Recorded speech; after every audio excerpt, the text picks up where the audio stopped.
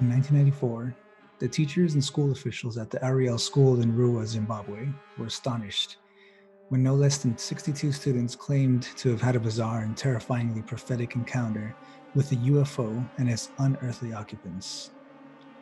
On Friday, September 16th, 1994, the Republic of Zimbabwe's Ariel School, a private elementary school about 20 miles outside the capital city of Harare, became the host of one of the most unusual cases in the history of ufology, when a throng of over 60 school children claimed to have had a run-in with a pair of creatures from out of this world. The event began at approximately 10:15 a.m., while the children, who ranged in age from 5 to 12 years old and were of African, Asiatic, and European descent, were playing in the field adjacent to the school during their mid-morning break on the already scorching 91-degree day.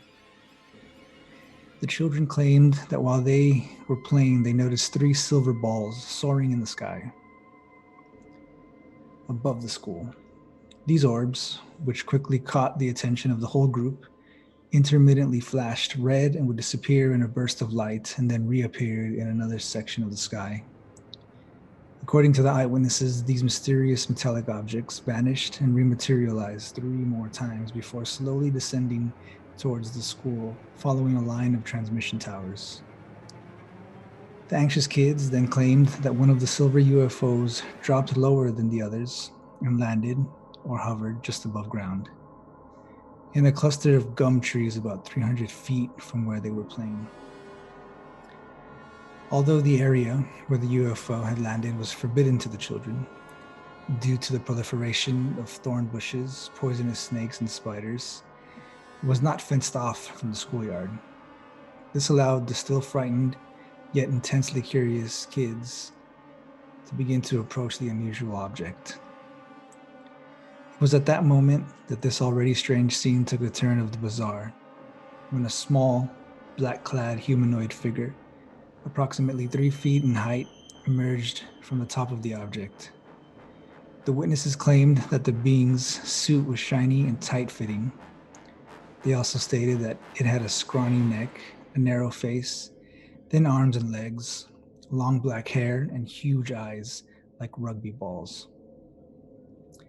The entity, apparently unaware of the growing crowd of spectators, scrambled down to the rough patch of earth, presumably to explore the terrain. Not unlike the bizarre, geologically inclined beings that landed in the Russian city of Voronezh in 1989, the creature apparently moved back and forth in the scrub brush, like it was bouncing as if he were on the moon, but not quite as much. This description is similar to that given by two Finnish lumberjacks who in 1971 claimed to have encountered a green spacesuit-clad 3-foot alien known as the Canula humanoid. That also seemed to exhibit an apparent lack of weight while on terra firma.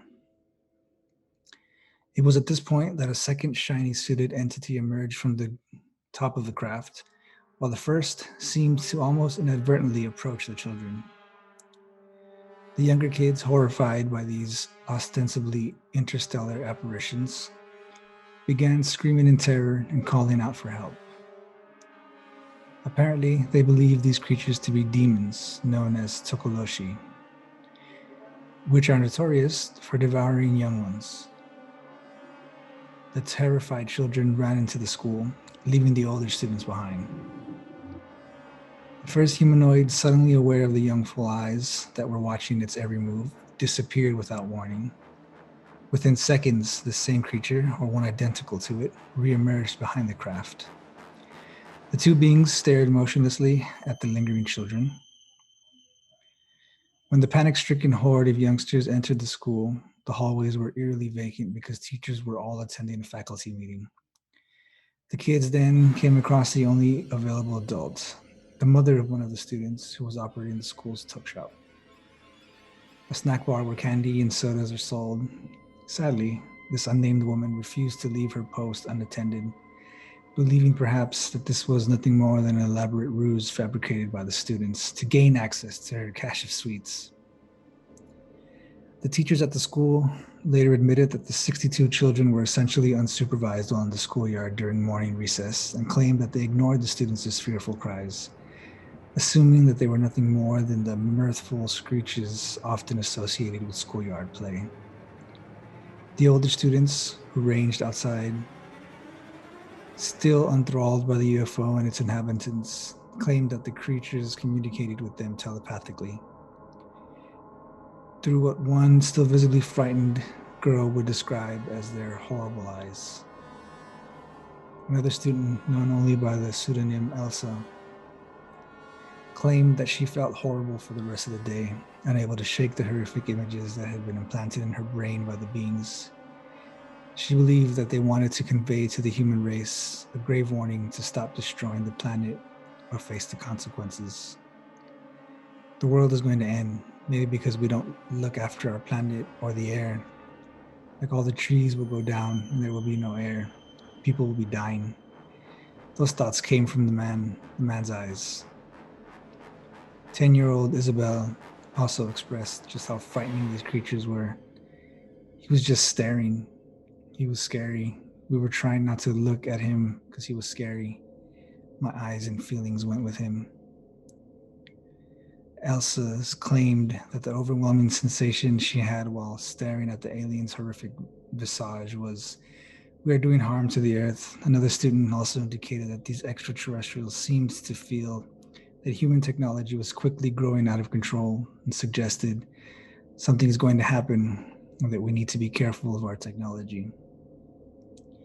Following this silent yet powerful message, which seems profoundly more direct than the vague warnings of doom that are alleged to come from appearances of Mothman and its ilk, the being disappeared again, and the silvery oval-shaped object ascended up through the gum trees at an incredible velocity and vanished. The entire event lasted only about 15 minutes. It should also be noted that scores of people who have had alien encounters also claim to have been shown apocalyptic visions by their extraterrestrial captors. This fascinating report may have ended there were it not for work of intrepid investigative journalist Cynthia Hine, known during her lifetime as Africa's foremost UFO researcher, who was hot on the case the next day. First informed of the incident, Hine wasted no time in contacting the headmaster of the Ariel School, Colin Mackey, and asking him to have the children draw pictures of what they had seen in the schoolyard. When Hine arrived at the scene of the encounter, Mackey had about 35 drawings waiting for her. They were similar in their depictions of the vehicle and the alien life form accompanying it. Hine also investigated the area of the alleged landing with her son. A BBC reporter and electrical expert, Gunther Hofer, scanned the area with a Geiger counter, but no traces of radiation were found at the scene. Mackey, though personally skeptical about UFOs and alien visitations, confirmed that Hine believed that the students were telling the truth. Hine would later state that these rural school children had little or no exposure to TV or popular press reports of UFOs. It was at this point that American psychiatrist and leading authority on alleged alien abduction expert, Dr. John Mack, got involved with the investigation. As luck would have it, Mack, professor at Harvard Medical School and Pulitzer Prize-winning biographer, was traveling through Zimbabwe at the time of the event. As soon as he got wind of this odd encounter, he and his associate Dominique Kalimanopoulos journeyed to Ruwa, where they spent 2 days interviewing 12 of the children, their parents, and faculty. Mack's experience in child psychiatry enabled him to quickly gain the trust of his young witnesses, who were not only traumatized by the horrific event, but no doubt mortified by the ridicule it would inspire. One little girl was so afraid of not being believed that she said, "I swear by every hair on my head and the whole Bible that I am telling the truth."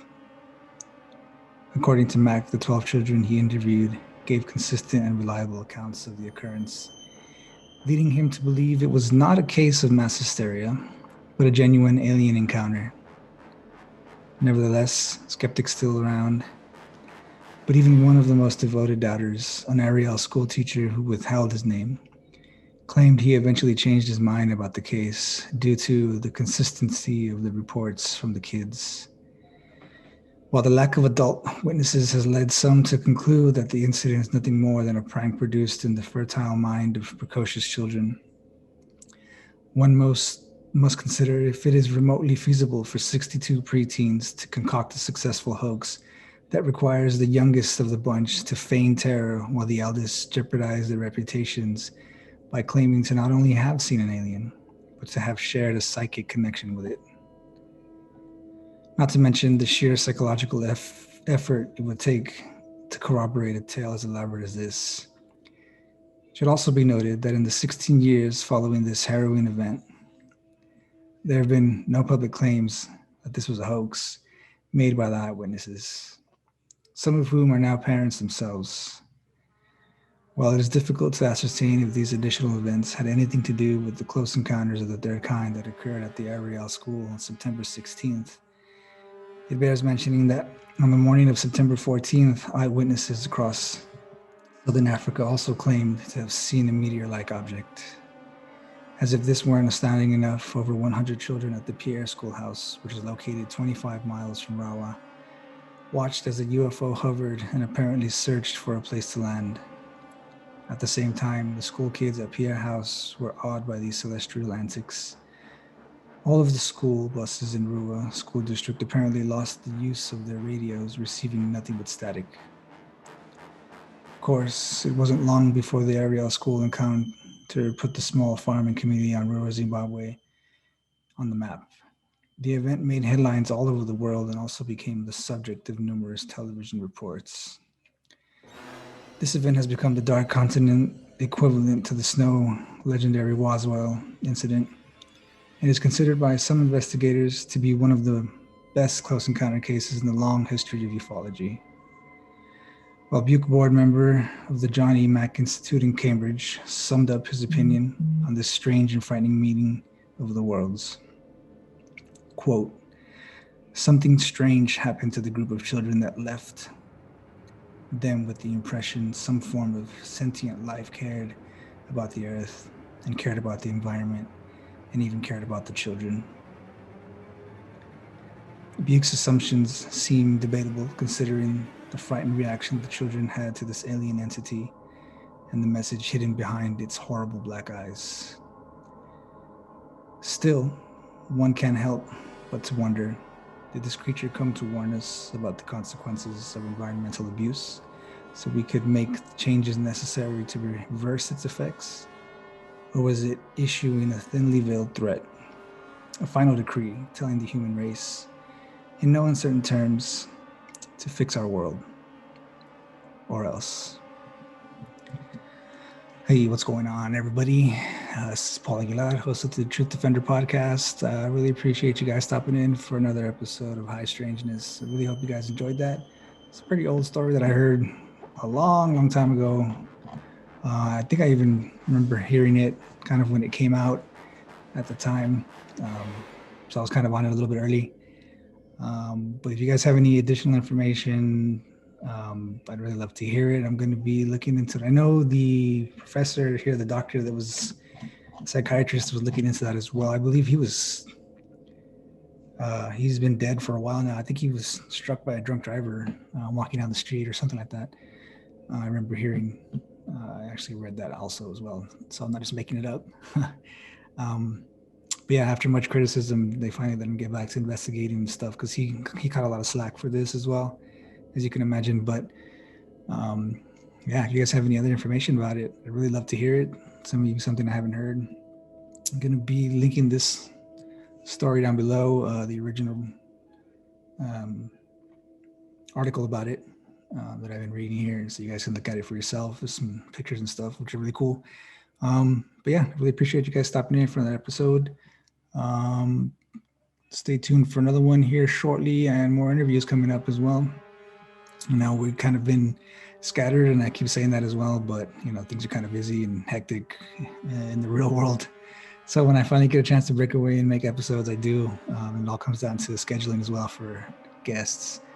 Whenever they're available, I'm available. I try to make myself so we get those done. But yeah, really appreciate you guys stopping in. Thanks for watching. Please, if you guys aren't already a subscriber to the podcast, do so. Hit that subscribe button down below, the like button, as well as the bell icon so you never miss an episode in the future.